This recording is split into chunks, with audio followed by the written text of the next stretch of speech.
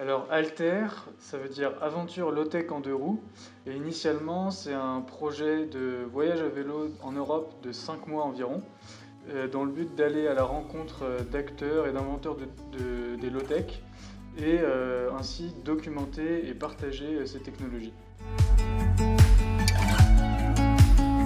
Alors les low-tech, on s'y est intéressé assez naturellement en arrivant en école d'ingénieur, notamment en se renseignant sur les enjeux énergie et climat, et aussi en s'investissant dans des associations comme Ingénieurs sans frontières, mais aussi comme le Low-Tech Lab. Et on pense que c'est une thématique, les low-tech, qui ont un fort potentiel dans de nombreux domaines, comme le chauffage, l'eau, l'énergie, l'alimentation. Et c'est pour ça qu'on s'est lancé dans un tel projet, c'est pour essayer de partager et diffuser cette thématique à plus grande échelle. Donc finalement, on n'a pas pu partir en Europe de l'Est comme on souhaitait, car le confinement a eu lieu au début de notre voyage. Donc on a dû rester en France et on a adapté le projet comme on a pu afin de le continuer.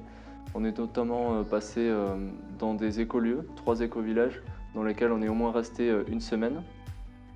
Là-bas, on a pu expérimenter d'autres modes de vie alternatifs, notamment dans lesquels on a pu trouver certaines low-tech qui servaient au quotidien. Et ensuite, on a également pu rencontrer des associations, notamment Feu Follet par exemple, qui travaillent sur l'optimisation de systèmes low-tech qui utilisent la combustion du bois pour se chauffer ou cuisiner.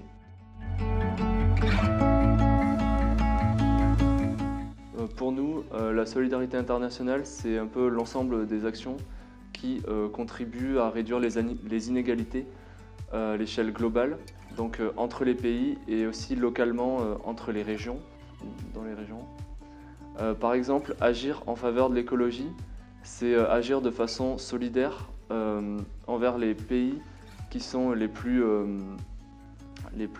vulnérables face au changement climatique. Et donc nous, notre projet, on l'a réalisé en France.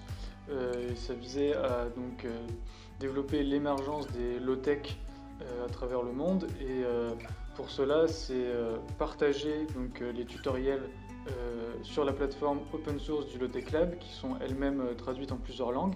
Et donc à travers ça, il y a à la fois une dimension internationale, puisque le déploiement de ces technologies, ça va être bénéfique pour l'ensemble des pays, et également une dimension sociale, parce qu'on va déployer des technologies et partager des savoir-faire qui sont utiles, accessibles et durables pour tous.